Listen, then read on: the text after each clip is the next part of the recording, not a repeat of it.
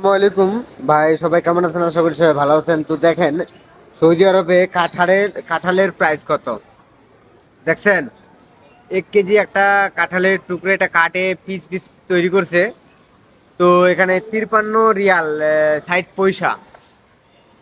তো ক্যামেরাটা একটু ধরে নেন। এইদিকে একটা কাঁঠালের দাম যদি আপনার বাংলাদেশ টাকায় কত হইতে পারে? 53 রিয়াল, 100, কমসে কম 1,500-এর উপরে। হ্যাঁ, মনে করেন যে 1700 টাকা দাম এইটুকু কাঁঠালের দাম। বাংলাদেশে কাঁঠাল হয়তো তাই আপনারা মনে করেন যে খান না, খালাই বুঝতে পড়ে যায়। আর এখানে এইটুকু কাঁঠালের দাম 1700 টাকা দাম।